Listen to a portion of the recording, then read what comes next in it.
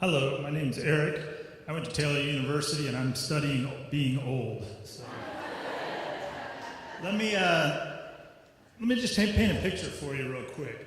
How many of you have ever taken the time to study a spider's web and notice how you can get from one end to the other by taking a labyrinth of paths? You can go down this string and meet up with that part and get to the other one.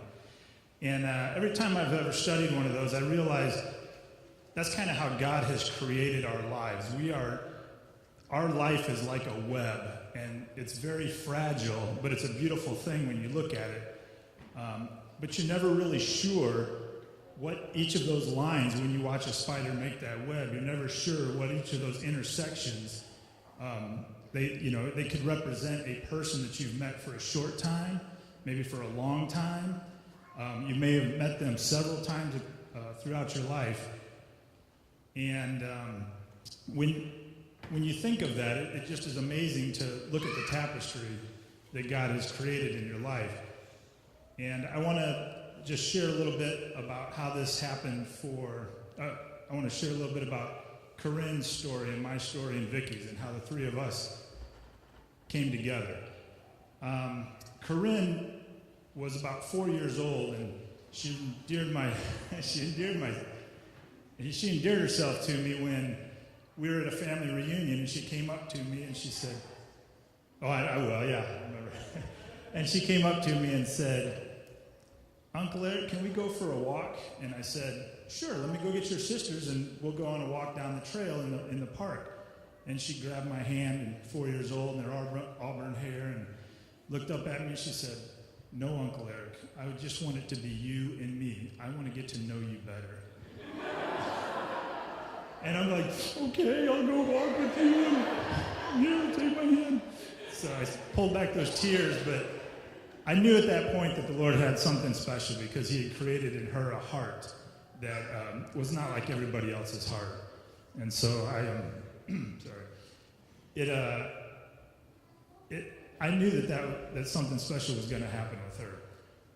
Let's fast forward to about a year ago actually. Vicky Wright, who I've known for many years, even though we don't see each other on a regular basis, it's always just a unique time when we get together and we share with each other on a really deep personal level. And we've always had a great relationship.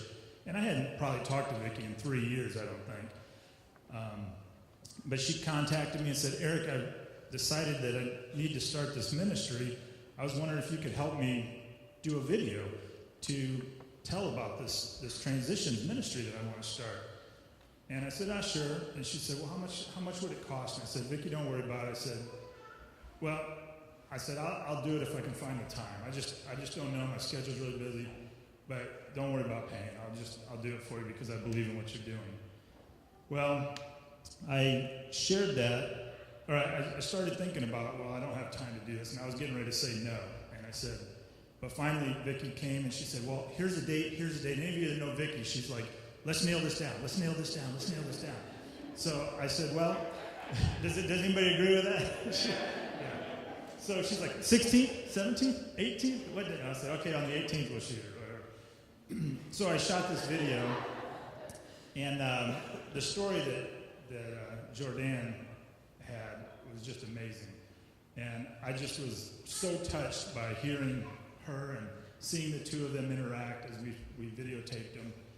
And I told Vicky, I said, as I started to understand the ministry better, I said, I would really appreciate, as payment, if you invited my niece Corinne, who is starting her freshman year her sophomore year at ISU, if you would just invite her to be a part of your ministry. I think it would be really good for her because Corinne had lost her father that year, if I remember right. And she was struggling with stuff, and a lot of her friends didn't quite understand why she was having trouble moving on. I thought, Vicky's the person she can get to the heart and help Corinne through these problems. Well, a few months later, so there I see these strands of the spider's web, as I was telling you. I met Vicky 15 plus years ago, became friends, and then I see, how he touched me to make the decision to say, yes, I'll do this video.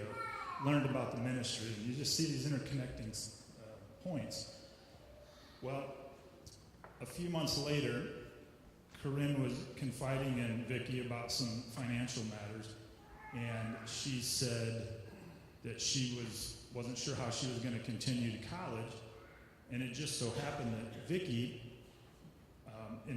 was being proactive, said, I'm going to help you. Let me see if I can, there's a gal who's on my committee advisory board member, or a committee advisory member, named Tafrika, who happens to work for the 21st Century Scholarship. Maybe she can help find you some scholarships. Well, there's another connection here with another spider's web strand. Tafrika, even being a part of that board, was an amazing story, and something that you don't see until you look back. Tafrika, Vicki went to talk to a minister about transitions, and said, I need some board members. And the minister said, I know the person, Tafrika. Calls her up, Tafrika, I've got a lady here who wants to do a mentoring ministry. I believe in her.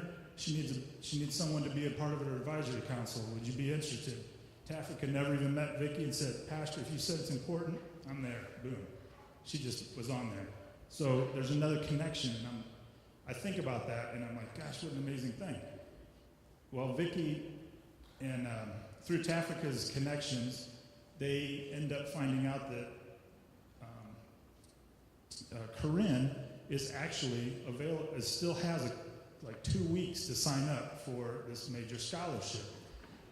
And I called her up and I said, Corinne, you can make sure you get this done. I don't care what you're doing. I said, I don't care where you're at. Nothing's as important as you getting this major scholarship. And she's like, okay, well, I'm at this conference. I said, I know. You walk away, you go to the business center, you fill out these papers, and I'm texting her like, this is the most important thing you can do right now in your life. So she did, and I'm just like, the whole time I'm holding my breath. I'm like, well, I don't know. You know, if it's meant to be, it's meant to be. She called me a few weeks later and said, Eric, I just want to let you know that it went through, and I got my scholarship, and it's paying for this semester at college. And I was like, oh my gosh, I'm sitting there choking on my garlic fries as I was eating lunch when she called. But that's the thing that's important to realize is when we look back at our lives and the steps, each of us here tonight, it's not just like happenstance that you're here. God had pulled you in through some kind of connection, and you are at an intersection that is weaving a web for somebody else. Your part might be small, but it might be major. And it may not be you, but it may be the fact that you meet this person that can connect this person, that can connect this person. So don't take for granted the things that you do in your life. Look at those and look at those as opportunities to change other people's lives. And I just know that Vicki has really poured her heart into this ministry. And I want you to realize that each of these kids up here that were speaking, they, statistically, there were, 15 people up here? Let's just say 10 people up here. Statistically, 8 of those are going to be leaving the church. 8 of them. So there'll be 2 of them that were standing here that are going to be Christians and follow that through their life. But we have the opportunity to help Vicki build a larger web and catch some of those people. Catch some of those kids that are on the fringe that are like, well, I could go to the gang, like Dr. Farrell said. I could go the gang route because they show me love, they show me compassion. Or I can go the Christian route where I have everlasting life, an opportunity to have real, meaningful relationships. So as you go through each of these days, and as we go through your lives, I just ask that you continue to keep transitions in your prayers, lift them up financially or with other resources that you have. Thank you.